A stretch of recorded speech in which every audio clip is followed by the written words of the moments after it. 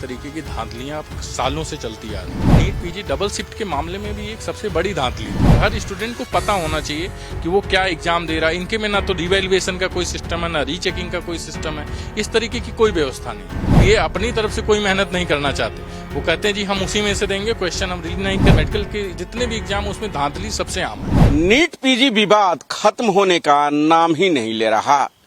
आए दिन supreme court में इसको लेकर याचिका दायर की जाती रही है। एक और याचिका सुप्रीम कोर्ट में आज दायर की गई है, जिसमें पारदर्शिता का आरोप लगाया गया है।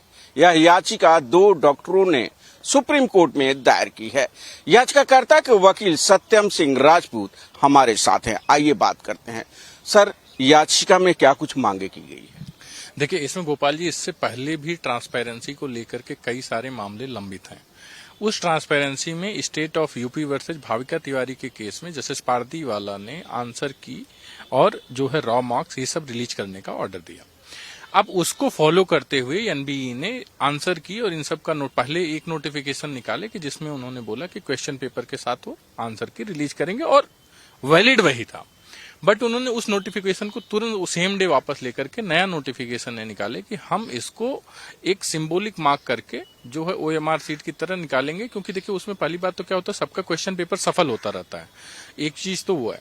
दूसरी चीज क्या है कि आप सिर्फ आंसर की देंगे, वो भी उसमें सिर्फ ये देंगे कि जिस तरीके से ओएमआर का ऑप्शन होता है कि आपने कौन कौन सा ऑप्शन फिल किया, उस तरीके से।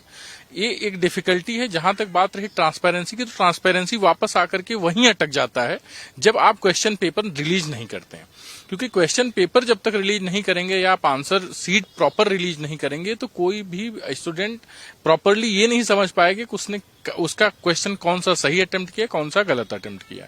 हमने इस याचिका में सबसे पहली मांग की है कि आप क्वेश्चन पेपर प्रॉपरली रिलीज करो, जिससे जो है क्या बोलते हैं, हर किसी को ये पता चल पाए, हर स्टूडेंट को किसने क्या। कई बार ये ऐसी भी संभावनाएं होती हैं और ये कई सारे एग्जाम में आपने देखा है कि कई बार ऐसा होता है जो क्वेश्चन पेपर होते हैं, क्वेश्चन पेपर में कई सारे क्वेश्चंस बनाए भी गलत जाते हैं। तो वो तभी उसको लेकर के, चाहे आप देखिए एमपी जुडिशरी में भी हो, यूपी जुडिशरी में हो, बहुत सारे ऐसे एग्जाम होते हैं, या यूपीएससी में भी कई बार नीट को लेकर के भी क्वेश्चन आंसर को लेकर के दिल्ली हाईकोर्ट में याचिका थी। तो अब क्या है कि जब आप क्वेश्चन, और ये एनबी कभी भी क्वेश्चन देने को राजी ही नहीं होती है।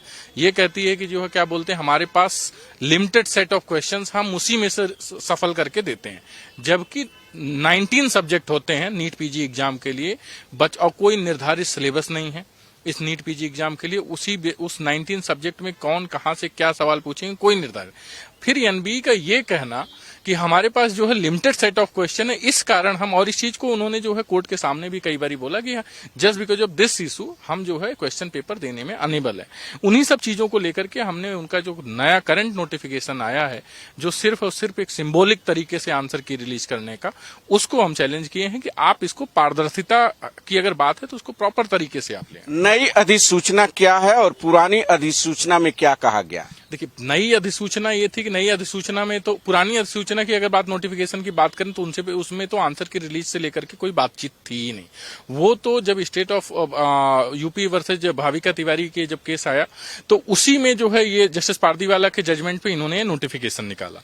लेकिन अब नई नोटिफिकेशन में भी क्या, पहले मैंने बोला ना 2 नोटिफिकेशन, एक में तो वो ये था कि जो है क्या बोलते हैं, वो निकालेंगे सारी चीजें आंसर की के साथ। लेकिन उस नोटिफिकेशन को वापस लेकर के इन्होंने वापस दूसरा नोटिफिकेशन निकाला, जिसमें वो वापस इसी तरीके से कि हम सिंबॉलिक तरीके से आंसर की रिलीज करेंगे, आप उसी तरीके से देखेंगे। उसमें बहुत सारी डिस्क्रिपेंसी आती है, तो वापस मामला वहीं का वहीं रह जाता है। तो अब उसी को लेकर के डॉक्टरों की तरफ से हम याचिका दाखिल की है और इसकी अर्जेंट मेंशनिंग करके देखेंगे कि इसकी जल्द से जल्द सुनवाई हो।